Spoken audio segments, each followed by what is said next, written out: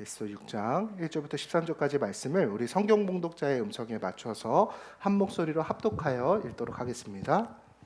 성경 봉독하시겠습니다. 그날 밤에 왕이 잠이 오지 아니하므로 명령하여 역대 일기를 가져다가 자기 앞에서 읽히더니 그 속에 기록하시기를 문을 지키던 왕의 두 내시 빅나다와 데레스가 아하수에로 왕을 암살하려는 음모를 모르드게가 고발하였다 하였는지라.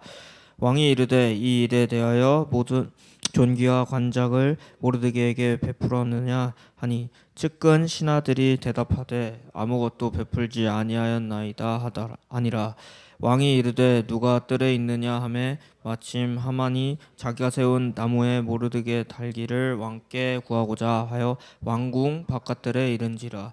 측근 신하들이 아뢰되 하만이 뜰에 섰나이다 하니 왕이 이르되 들어오게 하라 하니 하만이 들어오거늘 왕이 묻되 왕이 존귀하기를 원하는 사람에게 어떻게 하여야 하겠느냐.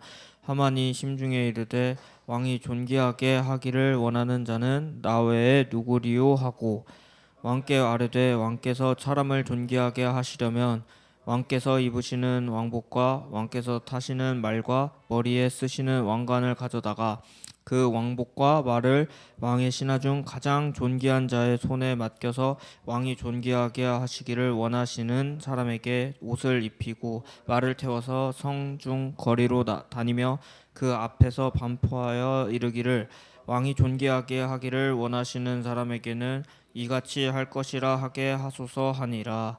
이에 왕이 하만에게 이르되 너는 내 말대로 속히 왕복과 말을 가져다가 대궐 문에 앉은 유다 사람 모르드게에게 행하되 무릇 내가 말한 것에서 조금도 빠짐이 없이 하라.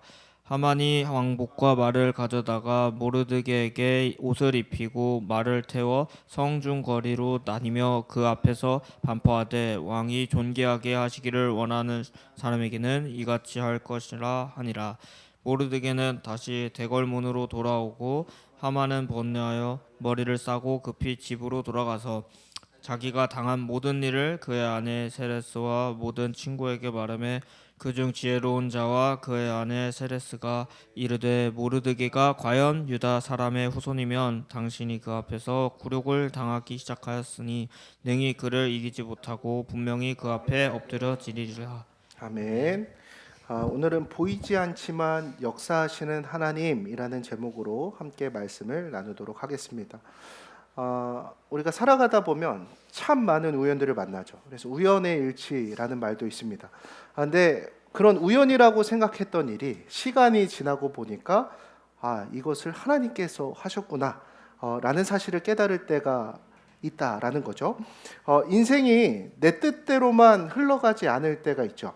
그래서 저는 가끔은 인생에 대해서 짧은 인생을 살아가고 있지만 복잡한 퍼즐 같다라는 생각을 하게 되기도 합니다. 퍼즐은 어떻습니까? 그 퍼즐 한 조각 한 조각을 봤을 때는 아무런 의미가 없어 보여요. 그냥 이게 어떤 용도가 있는지 모르겠는데 이 퍼즐을 맞추면서 이 퍼즐이 완성되다 보면은 어느새 멋진 그림이 된 것을 우리가 볼 수 있죠. 우리의 인생도 그런 것 같습니다.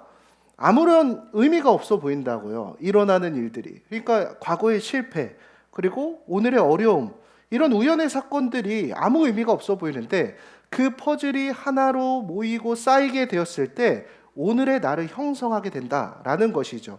그래서 오늘은 그 퍼즐 조각 같은 우연이라는 이야기를 우리가 함께 나누려고 합니다. 미국의 저명한 심리학자인 J.D. 크럼볼츠라고 하는 박사는 이런 현상을 계획된 우연 이론이라고 이야기를 합니다. 이 계획된 우연 이론이란 우리가 아무리 완벽히 계획해도 통제할 수 없는 우연이 인생을 바꾼다라고 이야기를 한다라는 거예요. 우연의 일치, 여러분들도 많이 경험하지 않습니까? 찬희 집사님이 교회 오신 연유가 어떻게 되죠? 하필 당근마켓에 올린 교회 공간대관에 대한 글을 보고 이내 집사님이 그걸 보고 교회를 찾아오겠다 했는데 지금까지 인연이 될 줄 누가 알았어요? 하필 우리 교회에서 간호비즈니스 고등학교에 동아리 아이들을 가르치러 들어갔는데 그 찬양단 아이의 친구가 영주였어요. 그래서 지금 인연이 될지 누가 알았어요? 목사가 이제 성도가 없으니까 돈 벌러 배달대행 사무실 들어갔는데 거기 관리자가 동춘 형제일 걸 누가 알았냐고요. 그러면 우리의 삶 속의 우연은 정말 단순한 우연일까? 그러나 성경에서는 우연을 가장한 하나님의 섭리가 있다라고 이야기하고 있다라는 거죠. 그래서 오늘 우리가 에스더 말씀을 통해 우연을 가장한 오늘 우리의 삶에 역사하시는 하나님, 우리가 그 하나님을 발견하는 시간이 되길 소망합니다. 자, 그럼 오늘 본문으로 돌아와서 우리가 먼저 좀 상상을 해야 됩니다. 지금 여러분들이 이때 기원전 400년 전도의 시대 때 이 페르시아 대제국 한복판에 살고 있다라고 생각을 해봅시다. 근데 여러분들의 신분은 뭐냐? 페르시아인이 아니라 유대인이라고 생각해 보자고요. 그러니까 다시 말해보면 여러분들이 이 제국의 시선으로 볼 때 유대인이라고 하는 것은 당시의 주류자들이 아니라 소수자죠. 예루살렘에서는 성전도 다시 세워졌고 그 유대 민족들은 돌아가고 있어요. 근데 나는 돌아가지 않고 있는 이유가 있다라는 거죠. 왜 그렇습니까? 그 유대 땅으로 다시 돌아가봤자 집도 없고 기반도 없고 돌아갈 곳도 없다라는 거예요. 그래서 이 페르시아 땅에 여전히 그냥 체류자 신분으로 남아있는데 나는 페르시아인은 아니죠. 이방인으로 남아있어요. 여기가 내 현실이에요. 내가 살아가는 땅이 페르시아예요. 그러니까 나의 지금의 신분은 굉장히 애매한 상황 가운데 살아가고 있다고 볼 수 있죠. 그 시대 페르시아는 굉장히 어마어마한 나라였습니다. 현대식으로 말하면 세계의 패권을 쥐고 있는 나라였어요. 지금으로 치면 뭐 미국 혹은 중국 정도로 생각할 수 있겠죠. 근데 여러분들이 거기에 머무는 아무것도 가진 게 없는 유대인이라면 어떻게 살아갈까요? 어디를 가든 눈치를 봐야 되고 내 정체성이 들킬까봐 조마조마하면서 살아가야 되고 괜히 잘못 보이면 하루아침에 인생이 끝날 수도 있는 아무것도 없는 존재였다라는 거예요. 자, 그런 가운데 오늘 등장하는 인물이 있는데 그 유대 사람이었던 모르드게라는 인물이 나옵니다. 이 모르드게라는 인물은 뭘 하던 사람이었느냐? 그래도 유다 신분으로서 꽤나 괜찮은 공직에 있던 사람이었는데 왕국의 문을 지키는 사람이었어요. 문직이었어요. 근데 이 사람이 공을 세워요. 어떤 공을 세우냐면 이제 그 궁 앞에서 모의하는 얘기를 듣게 됩니다. 두 내시가 왕을 암살하려고 하는 얘기를 나누고 있는 것을 딱 듣게 돼요. 그러니까 모르드게가 어떻게 했냐면 당시에 왕후에게 그 얘기를 해서 왕의 암살을 막게 됩니다. 자, 그러면 그때 당시에 엄청난 공을 세운 거 아닙니까? 그럼 모르드게는 이제 어떤 기대를 하게 될까요? 자신이 지금 엄청난 공을 세웠단 말이에요. 왕의 죽음을 막았단 말이에요. 그러니까 그 마음 가운데 내가 이제 승진하겠다. 내가 왕으로부터 총애를 받겠다라고 하는 기대를 가질 수 있을 것 같은데 그 공로가 잊혀져 버립니다. 모르드게에게 아무런 보상이 주어지지 않았어요. 그리고 그냥 버린 일이 됐습니다. 자, 여러분 같으면 그런 중요한 공을 세웠을 때 인정받지 못한다면 감정이 어떨 것 같아요? 굉장히 억울하지 않겠습니까? 나는 분명 선한 일을 했는데 아무도 몰라줘요. 그리고 그런 상황에서 하만이라는 사람이 등장을 하는데 이 하만이라는 사람은 어떤 사람이었냐면 당시 왕의 권위를 나타내는 반지를 받을 만큼 왕으로부터 신임을 받는 사람이었어요. 왕 다음 가는 권력을 부여받은 사람이었습니다. 그래서 당시에 하만의 등장은 왕의 등장과 비슷한 권위를 지녔기 때문에 백성들이 하만이 지나갈 때마다 그 앞에서 절을 했습니다. 왕궁의 모든 사람들이 하만을 경외했습니다. 근데 모르드게는 그 하만에게 절을 하지 않았어요. 왜 그랬느냐? 그때 당시에 이제 고대 중동의 문화를 좀 봐야 되는데 첫 번째는 모르드게가 유다 사람이기 때문이었어요. 유다 사람들은 아말렉 자손들과의 매우 앙숙적인 관계를 갖고 있었기 때문에 그리 인정하지 않았습니다. 그리고 두 번째 큰 이유가 무엇이었냐면 모르드게는 하나님을 경외하는 사람이었는데 그의 마음의 중심에는 나는 하나님 외에 누구에게도 무릎을 꿇지 않겠다라는 믿음이 있었기 때문이에요. 자, 오늘 이 모르드게의 믿음과 신앙 그리고 이 삶의 태도가 오늘 우리에게 주는 메시지가 있습니다. 그건 무엇입니까? 오늘 우리도 세상이 만든 수많은 하만들을 경험하게 되죠. 세상의 내 힘보다 더 강력해 보이는 그 수많은 하만들. 근데 우리는 모르드게와 같이 하나님 중심의 신앙을 지키고 있는가? 아니면 나는 적당히 타협하며 편하고자 더 안전하고자 나의 신앙의 정체성을 숨기고 무릎을 꿇은 채 살아가고 있지는 않는가? 자, 그런데 이 내용이 보다 중요한 내용이 뭐냐? 자, 이런 모습을 봤을 때 모르드게가 이제 하만한테 고개도 숙이지 않고 무릎도 꿇지 않으니까 하만의 입장에서 모르드게는 어떤 존재일까요? 불편한 존재였죠. 그래서 모르드게를 볼 때마다 어떻게 하면 이 인간에게 이런 불편함을 내색할 수 있을까 생각을 하다가 이 모르드게 한 사람의 행동으로 유대인 전체를 말살하려는 계획을 세우게 됩니다. 하만에겐 그런 힘이 있었어요. 마음만 먹으면 유다 사람 전체를 죽일 수도 있습니다. 근데 지금 모르드게의 신앙의 정결이 의로 인하는 박해들을 받는 아주 그런 절체절명의 상황이었다라는 거예요. 근데 우리는 이러한 시대 가운데 살아가고 있습니다. 어떤 시대 가운데 살아나고 있느냐? 우리가 아무리 신앙을 지키려고 하잖아요. 우리가 아무리 하나님 그리스도인의 정체성을 드러내며 세상 가운데 우리의 믿음을 지키는 삶을 살아가고 있지만 오늘 우리의 삶은 어떻습니까? 마치 모르드게가 살아가는 시대 같아요. 내가 아무리 하나님을 위해서 열심히 해도 그 공로를 알아주는 사람이 있어요, 없어요? 동치 형제님이 지금 바쁜 시간에 이 자리에 나왔어도 이거 알아주는 사람이 있어요, 없어요? 아무도 없죠. 자, 그러면 이렇게 예배까지 나왔으면 하나님께서 나에게 엄청난 큰 은혜를 주셔야 될 것 같잖아요. 근데 눈에 보이는 어떤 커다란 성과 같은 게 그렇게 보이지가 않잖아요. 우리가 신앙생활하면서 그렇지 않습니까? 오늘 우리가 예배 역자리에서 열심히 드린다 하더라도 극적인 승진이 일어나고 하늘로부터 엄청난 황금 보화들이 생기는 그런 놀라운 일들이 나타나지 않는다라는 거죠. 심지어 우리는 무엇을 경험하게 됩니까? 현실 속에서 내가 해결하기 힘든 어려운 일들을 우리가 딱 당면했을 때, 이번 달에 카드값을 내야 되는 일이 닥쳤을 때, 혹은 내 힘으로 해결할 수 없는 어떤 어려운 일들이 닥쳤을 때 그 가운데 하나님은 뭐 하고 계세요? 나의 카드값과 무관한 하나님 만나지 않습니까? 아무 말도 하지 않으신다는 거예요. 성경에서 나타나는 홍해가 갈라지는 기적도, 엘리야가 마주했던 불병거가 나타나는 기적도 우리는 경험하지 못하고 침묵하시는 하나님, 나를 외면하시는 하나님을 우리가 자꾸만 본다라는 거죠. 자, 그러면 이 에스더의 말씀을 통해서 침묵하시는 하나님을 자꾸만 보게 되고 심지어는 보이지 않는 하나님을 믿는 이 시대 가운데, 그리고 세상은 하만과 같이 거대한 힘을 가지고 우리의 숨통을 조이고 있을 때 하나님은 그 가운데 어떻게 역사하시는가? 오늘 성경은 그것을 이야기해 줍니다. 하나님 어떻게 역사하시느냐? 오늘 1절에서 2절 말씀 같이 한번 읽어보죠. 우리 같이 한번 읽어보겠습니다. 시작. 그날 밤에 왕이 잠이 오지 아니하므로 명령하여 역대일기를 가져다가 자기 앞에서 읽히더니 그 속에 기록하기를 문을 지키던 왕의 두 넷이 빅다나와 데레스가 아하수에로 왕을 암살하려는 음모를 모르드게가 고발하였다 하였는지라. 아멘. 자, 에스더서에는 재밌는 사실이 하나 있습니다. 그게 뭐냐면 하나님의 이름이 한 번도 나오지 않습니다. 두 번째로 에스더서에서는 재밌는 게 뭐냐면 다른 구약 성경과 다르게 역사서에 보면은 막 하나님의 임재, 하나님의 능력, 하나님의 통치가 강력하게 나오는 장들이 있잖아요.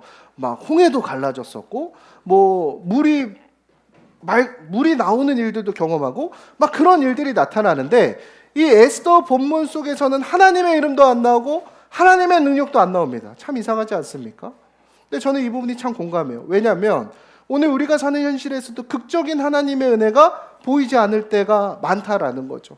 우리가 아무리 취업하기 위해서 스펙을 막 쌓는다고 하지만 취업의 문이 사실 잘 열려요, 안 열려요? 열리지 않아요. 막 세상에서 나는 홀로 도태되는 것만 같습니다. 다른 친구들은 뭐 연애하다가 결혼도 잘하는데 오늘 나의 연애 사업은 어떻습니까? 쉽지 않죠. 고백하는 사람도 없고 고백한다고 쉽지도 않고, 그죠? 열심히 살아도 통장 잔고는 늘 바닥일 때가 많습니다. 하나님께 열심히 기도하면 어떻습니까? 하나님이 야, 그러면 저분한테 한번 고백해봐, 이렇게 말씀하실까요? 그렇지 않죠. 하나님께 기도해도 아무 대답이 들리는 것 같지도 않아요. 예배를 드려도 삶은 여전히 고단한 것 같을 때, 그럴 때 우리 마음 깊은 곳에서 똑같이 이런 고백이 나온다고요. 하나님 진짜 존재하시는 거 맞습니까? 하나님 진짜 살아계시는 거 맞습니까? 근데 여러분 한번 생각해 보세요. 그렇다고 진짜 하나님은 안 계신 걸까요? 오늘 성경은 그걸 이야기하는 거예요. 나의 삶 가운데 하나님의 임재와 능력이 보이지 않을 때 그럼 하나님은 침묵하시는 걸까? 그렇지 않다라는 거예요. 에스더서는 이렇게 이야기하고 있습니다. 하나님이 침묵하시는 것처럼 느껴지지만 그분은 여전히 살아서 역사하신다라는 거예요. 왜 그렇습니까? 오늘 본문에서도 하나님의 이름이 나오지 않죠. 하나님이 모르드게의 삶을 침묵하시는 것 같아요. 공로도 못 받고 공직도 못 받고 어떠한 업적을 세워도 그게 다 수포로 들어가는 것 같더라고요. 그러나 하나님의 손길은 오늘 본문 곳곳에 흐르고 있어요. 마치 무대 뒤에서 배우들을 조용히 움직이는 연출가와 같습니다. 하나님의 존재는 때로 침묵과 같은 방법으로 드러난다는 거예요. 그러나 하나님이 보이거나 느껴지지 않는다라고 해서 좌절하거나 포기하는 것이 아니라 하나님은 지금도 나의 삶의 퍼즐을 하나씩 맞춰가신다라는 것을 우리가 신뢰해야 된다라고 오늘 성경은 이야기하고 있다라는 것이죠. 제가 MBTI가 ENTJ입니다. J는 계획형이고 P는 즉흥형이죠. 그래서 MBTI에서 P 성향을 가진 사람들은 여행을 갈 때 어떻게 하냐? 일단 가지 뭐. 제가 동춘 형제랑 좌대 낚시를 한번 간 적이 있습니다. 저는 이제 여행 계획을 세워야 돼요. 타임 테이블이 나와야 돼요. 몇 시부터 몇 시 낚시, 몇 시부터 몇 시 고기, 몇 시부터 몇 시 취침 이런 게 있어요. 동춘 형제랑 좌대 낚시 가면서 자 어떻게 할까요? 그냥 가죠 뭐. 완전 피. 전 그거에 스트레스 받아요. 자, 전 J입니다. 그래서 계획이 틀어질 때 스트레스 많이 받습니다. 우리 교회는 사람이 한 명도 없었을 때도 목회 계획을 세웠었습니다. 그 정해진 틀을 고수하는데 제가 얼마나 애를 썼는지 몰라요. 그래서 사람 없는데도 절기 행사들을 막 하는 거죠. 사람이 없어도 부활절엔 배달대행 사무실에 걔랑 갖고 갔어야 돼요. 맞잖아요. 명절이 되면 저는 붙여서 가져갔었어야 됐어요. 근데 제가 목회를 이제 6년 동안 하다 보니까 깨달은 게 있습니다. 그게 뭐냐? 인생은 계획대로 된다 안 된다? 되지 않는다죠. 원래 계획이라면 지금 우리 공동체는 훨씬 더 달라져야 돼요. 지금 우리 교회는 지금 여기 앉을 자리가 부족해야 되고 지금 더 명확한 시스템들이 갖춰져야 합니다. 하지만 하나님께서는 철저히 저의 계획을 무너뜨리시더라고요. 그때는 이해할 수 없고 낙심되었었습니다. 하나님, 왜 이렇게 목회가 풀리지 않을까요? 나는 최선을 다해서 하는 것 같은데, 하나님의 뜻에 바르게 하는 것 같은데, 내가 뭐 다른 거에 욕심 안 부리고 그냥 하나님 나라를 꿈꾸며 나아가는 것 같은데 왜 하나님께서는 나의 목회적인 상황 가운데 침묵하실까? 왜 극적인 부흥을 나타내시거나 하나님의 놀라운 손길들을 보여주시지 않을까? 근데 제가 시간이 지나고 나서 보이는 게 있었습니다. 제가 그때 잘 됐으면 교만해졌을 것 같더라고요. 제가 지나고 나서 깨달은 게 있습니다. 이러려고 하나님께서 그 상황 가운데 막으셨구나. 그때 만약에 하려고 했던 일들이 다 잘 됐다라고 한다면 제가 지금의 하나님의 성품들을 담는 것들이 부족했을 것 같다라고 생각이 듭니다. 그러니까 지나고 보니 내가 생각한 대로 하나님께서 역사해 주시길 바랐는데 하나님께서는 그보다 더 크신 생각으로 하나님의 은혜로 나를 보호해 주셨다라는 걸 깨닫게 되더라는 거예요. 마찬가지입니다. 오늘 여러분의 삶에서 하나님 보입니까? 하나님 이렇게 눈에 보이지 않잖아요. 하나님 말씀하십니까? 하나님의 음성이 선명하게 잘 들리지 않잖아요. 근데 하나님이 보이지 않는다고 해서 하나님이 일하고 계시지 않는 게 아닙니다. 지금 나의 삶 가운데 내가 세운 계획이 틀어지고 혼란스러울지라도 기도의 응답이 없어 보이는 바로 그 순간에도 오늘 하나님께서는 모르드게의 삶에 역사하셨던 것처럼 지금 움직이고 계십니다. 우리가 알지 못하는 사이 하나님께서는 누구를 보내시고 상황을 조종하시고 마음을 움직이십니다. 그 침묵 속에 하나님의 섬세한 계획이 있음을 우리는 믿고 신뢰해야 한다라는 것입니다. 그래서 오늘 하루 우리는 살아갈 때에 모든 것이 이해되지 않는 그 상황 가운데에서 하나님을 신뢰하는 선택을 할 때 하나님께서 우리의 삶 가운데 우리를 인도하여 주시는 손길을 경험할 수 있다라는 것이에요. 오늘 나의 생각과는 달리 나의 삶이 틀어지고 있는 상황 가운데 여러분들은 어떻게 하나님께 고백하고 있습니까? 여전히 하나님을 신뢰하고 계십니까? 여러분들의 의심에서 신앙의 고백으로 나아갈 수 있는 저와 여러분이 되길 간절히 소망합니다. 오늘 본문으로 돌아와서 에스더 6장 10절에서 11절 말씀입니다. 여러분의 목소리로 한번 읽어주세요. 10절에서 11절이에요. 시작.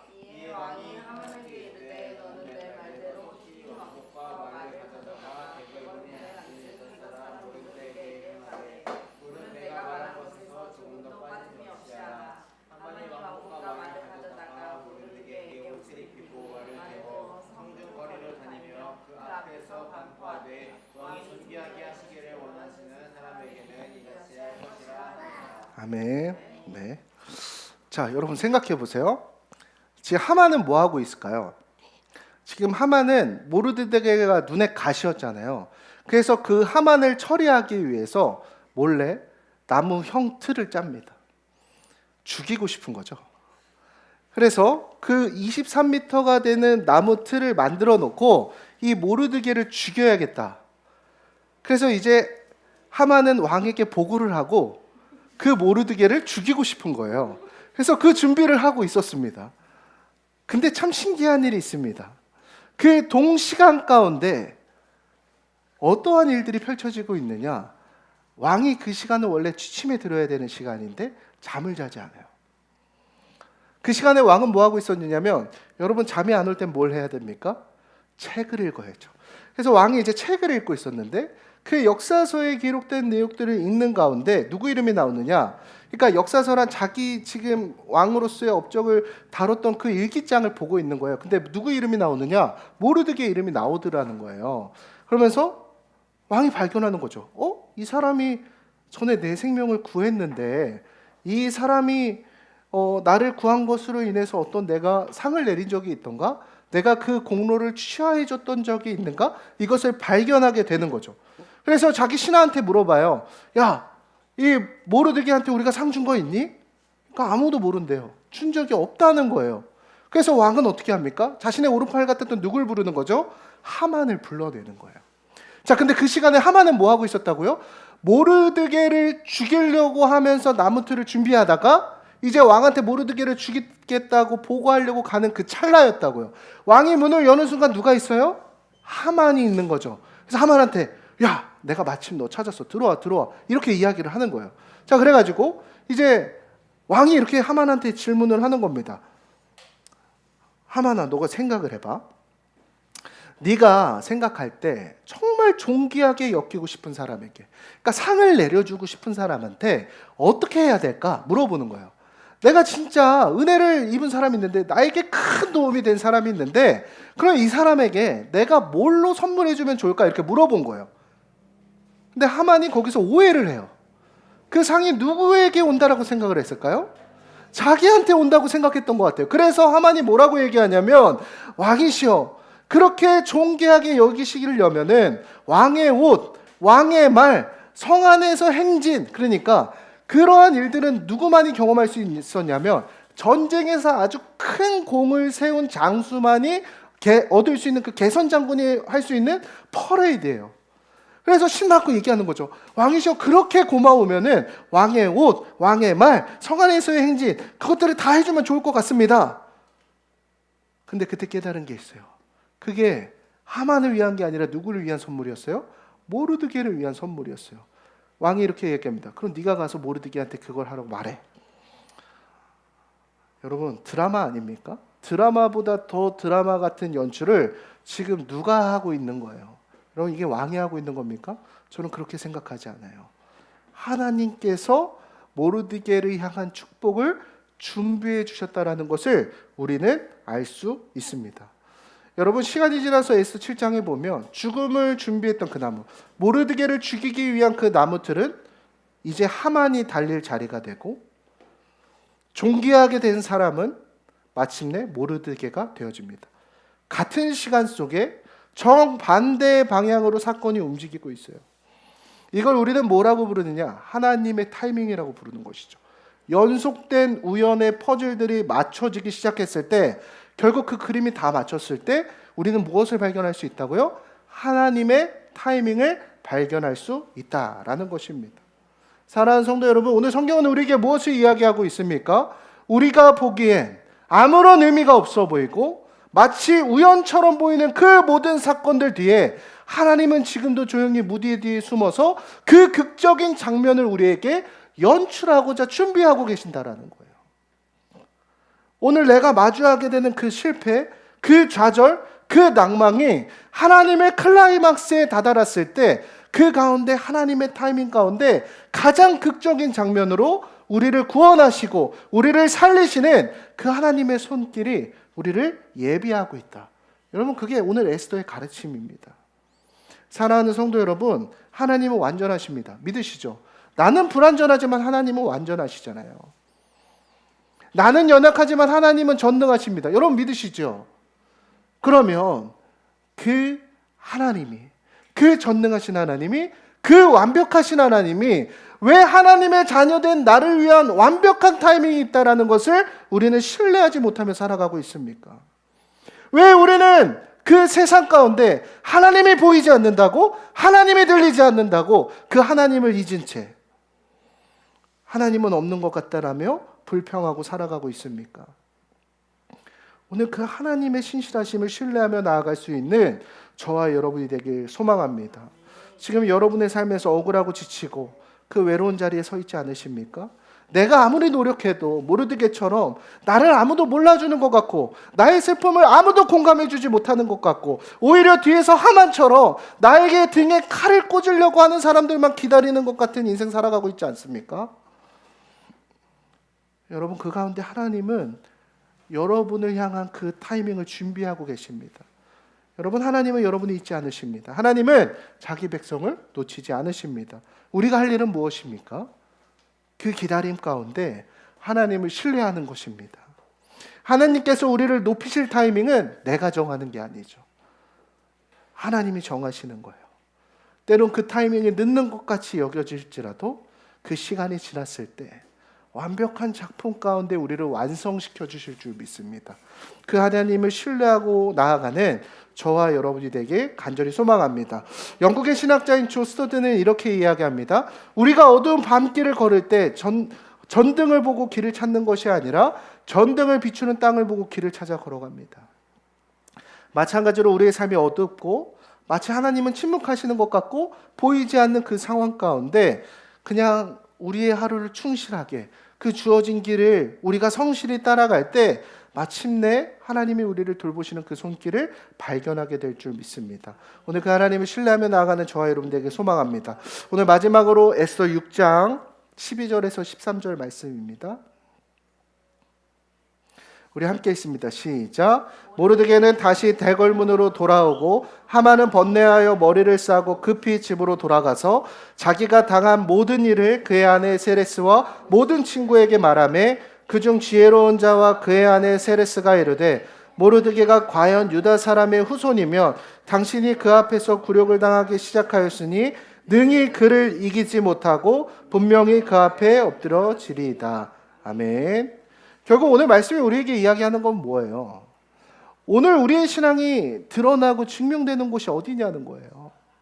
여러분, 모르드게의 신앙이 증명되어지고 드러났던 것은 그의 신앙이 당연하게 예배할 수 있었고 그의 신앙이 당연하게 드려질 수 있었던 예루살렘이 아니었죠. 그 페르시아, 하나님을 예배하는 자들이 한 명이 없었던 그 페르시아 땅 가운데 모두가 그 권력 앞에 무릎을 꿇는 그 땅 가운데 무릎 꿇지 않는 그의 신앙이 증명되었습니다. 오늘 우리의 신앙이 증명되는 것은 이 교회가 아니라는 거예요. 오히려 진정한 신앙의 증명상소는 하나님과 무관해 보이는 일상입니다. 여러분의 직장, 여러분의 가정, 그곳에서 당신의 신앙이 증명되어져야 된다는 거예요. 그래서 유진 피터슨이라고 하는 신학자는 그의 책인 다윗 현실에 뿌리내린 영성에서 영성은 어디에서 증명되느냐? 삶의 현장에서 입증된다라고 말하고 있다라는 거예요. 모르드게는 페르시아라는 낯선 나라, 그것도 하나님의 이름조차 언급되지 않는 이 이방 세계에서 묵묵히 자신의 정체성을 지켜나갔어요. 그는 유다인이라는 이유로 차별도 받고요. 여러 핍박과 환경 가운데 있었지만 그는 왕 앞에서도 권력자 하만 앞에서도 무릎 꿇지 않는 유일한 사람이었습니다. 그 신앙의 자리를 지킨 그의 노고를 누가 축복하신다라는 거예요? 하나님이 축복하시고 지켜보아야 주신다라는 거예요. 그리고 그의 신앙의 결단을 귀히 여기신 그 하나님께서 그 스토리의 결말 가운데 하만의 입에서 이런 고백이 나오게 하신다라는 거예요. 하만의 아내가 뭐를 이야기합니까? 그 소수자였고 그 연약해 보였던 그 유다 사람 모르드게를 바라보며 이렇게 이야기해요. 능히 그를 이기지 못하고 분명히 그 앞에서 엎드려지이다. 모르드게 앞에서 안 된다는 거예요. 넌 잽도 안 돼. 여러분, 이거는 단순히 인간 대 인간의 전세 역전을 이야기하지 않죠. 하나님의 백성을 향한 하나님의 명예 회복의 장면을 우리에게 보여주시고 계시다라는 거예요. 우리가 이 자리 가운데 우리의 신앙의 정주를 지키며 살아갈 때 여러분 이로 인하여 박해받는다라고 성경에 나와 있잖아요. 우리가 팔복의 마지막 내용 아니었습니까? 그러나 하나님께서는 마침내 우리를 패배하게 하시지 않는다라는 것을 오늘 본문을 통해 분명하게 드러나고 계신다라는 거예요. 하나님은 하나님의 자존심을 지키십니다. 그리고 우리는 하나님의 자존심입니다. 오늘 여러분들은 세상 가운데 무릎 꿇고 있습니까? 아니면 신앙의 정주를 지키며 살아가고 있습니까? 물론 세상 속에서 살아가며 우리의 정체성을 지킨다는 것 쉽지 않지만 결국 그 바알 앞에 무릎 꿇지 않는 사람을 통해 그 민족을 살리시고 세상 가운데 무릎 꿇지 않는 오늘 그 하나님의 자존심을 지킨 자들을 통해 하나님께서는 오늘 이 세대 가운데 하나님의 나라를 세워가시는 줄 믿습니다. 오늘 우리의 믿음은 교회 안에서만이 아니라 그래서 직장, 학교, 가정, 사람들과의 관계 속에서 드러나야 합니다. 우리의 신앙은 남들이 볼 때 예배자로서 막 열심을 내는 것이 아니라 아무도 보지 않을 때 하나님 앞에서 성실해야 합니다. 오늘 하나님이 우리의 그 순간순간을 예배로 받으신다라는 거예요. 우리가 그 세상의 많은 유혹과 그 권력 가운데 신앙의 양심을 선택할 때 세상은 우리를 조롱할지라도 하나님은 그 결단을 반드시 기억할 것입니다. 그래서 신앙은 우리의 말에 있지 않고 우리의 껍데기에 있지 아니하며 우리의 내면 가운데 하나님의 정체성이 드러나게 된다라는 것을 우리에게 말씀하여 주시고 계시다라는 거예요. 오늘 말씀을 정리하려고 합니다. 결국 오늘 이 에스더의 본문 하나님의 이름이 나오지 않지만 하나님의 뭔가 놀라운 기적이 나타나고 있지 않지만 그 수많은 우연의 일치들의 연속선상 가운데 우리는 그 하나님의 손길을 경험할 수 있습니다. 우리가 하나님을 오늘도 볼 수 없다라고 해서 하느님이 안 계신 게 아니라는 것이에요. 오히려 가장 힘든 그 순간 가운데 하나님은 더 깊이 우리의 삶에 하나님의 타이밍을 계획하고 계신다라는 것입니다. 오늘 이 말씀을 통해 우리가 하나님을 신뢰하며 나아가길 간절히 소망합니다. 그리고 우리의 정체성이 나타나야 되는 우리의 일상의 그 장소 가운데 우리의 신앙을 증명하며 살아갈 수 있는 저와 여러분이 되길 간절히 소망합니다. 제가 전 교회에서 한 청년이 그런 일이 있었어요. 이제 이 청년이 사회초년생이 돼서 취업을 했어요. 사회초년생이 딱 돼서 이렇게 일을 하는데 근데 이 청년도 이제 MBTI가 I예요. 그래갖고 자신의 신앙 이야기를 꺼내본 적이 거의 없었습니다. 근데 입사한 지 얼마 안 돼갖고 그 회사에서 주일에 좀 이런 중요한 회의가 잡혔으니까 이렇게 좀 너가 그거 좀 참여했으면 좋겠다라고 했어요. 근데 제가 이 청년에 대해서 잘 알 때 이 청년은 사실은 뭐 신앙이 막 엄청 막 좋아 보이거나 열정 성도 같은 모습이에요. 열정 성도라는 표현이 좀 웃긴데 우리가 볼 때 딱 있잖아요. 이렇게 열심히 하는 사람이 있고 그렇지 않은 사람인데 이 사람은 교회에서도 그냥 대면 했거든요. 근데 얘가 뭐라고 얘기했냐면 저 교회 다녀야 되기 때문에 안 됩니다 이렇게 얘기했어요. 그러니까 유도리가 없는 거죠. 저는 이제 그런 거 뭐 갔다 와 할 것 같았는데 뭐 이렇게 유도리 없이 그렇게 했어요. 그래서 상사가 야 이건 진짜 중요해. 한 번쯤 괜찮잖아. 이번 일 잘하면 이번 이미지 좋아질 거야. 너가 그래도 여기 초년생으로 들어왔는데 열심히 해야지. 이 청년이 며칠 동안 고민을 했어요. 회사를 위해서 열심히 일을 하고 싶지만 자기 신앙의 원칙의 1순위가 주일 성수였던 거예요. 그러니까 나는 이거만큼은 타협하고 싶지 않다. 그래서 그 청년이 결국 그 상사한테 가서 저는 크리스천이라 주일은 아무래도 어렵습니다. 제가 지금부터 타협하면 앞으로도 저의 신앙을 수많이 타협해야 될 것 같습니다. 제가 이거는 못하지만 혹시 제가 다른 방법으로 이걸 할 수 있지는 않을까요? 회사에서 어떻게 됐을까요? 갑분싸가 되는 거예요. 그래갖고 이제 얘는 승진도 못하고 이제 앞길이 가로막히는 환경 가운데 놓여지는 거예요. 근데 신기한 일이 벌어졌습니다. 그 청년이 이제 나중에 간증을 하는데 얘가 이제 같이 그 입사 동기들 중에서 1순위로 승진을 한 거예요. 그래서 어떻게 이런 일이 생겼냐? 이렇게 하니까 그 위에 사람이 그 청년의 그 선택을 보면서 얘는 자기 원칙은 꼭 지키는 사람이야 라고 높이 평가했다라는 거예요. 그 당시엔 갑분싸였는데. 그래서 그 중요한 프로젝트를 맡는 팀장이 되어서 승진을 하게 되었다라고 이야기를 했습니다. 제가 그걸 보면서 깨달았어요. 이 하나님이 침묵하시는 것 같은 이 시대 가운데에서도 그 하나님의 정체성을 드러내는 그 한 사람을 통해 하나님께서는 자기의 영광을 드러내시는구나. 제가 그때 깨달았다라는 거예요. 오늘 우리의 믿음은 교회 안에서가 아니라 결국 세상 가운데, 일상 가운데 드러나야 합니다. 그리고 그 신앙을 지키기 위한 작은 불편함과 그 여러분들의 삶의 고군분투가 하나님이 원하시는 큰 변화를 만들어간다는 것을 기억해야 한다라는 것이에요. 하나님이 보이지 않는 현실의 그 자리에서 하나님의 자존심을 드러내며 살아갈 수 있는 저와 여러분이 되길 간절히 소망합니다. 오늘 우리가 서 있는 자리 혼란스럽고 막막하고 앞이 안 보일지라도 오늘 그 연속된 우연을 통해 마침내 하나님의 손길을 드러내실 그 하나님을 의지하며 나아가길 소망합니다. 하만처럼 강해 보이는 사람이 있을 때에도 마침내 전능자의 손이 여러분 곁에 있음을 기억하며 나아갈 수 있는 저와 여러분이 되길 간절히 소망합니다. 우리가 오늘 이 말씀 붙들고 잠깐 기도하는 시간 가졌으면 좋겠습니다.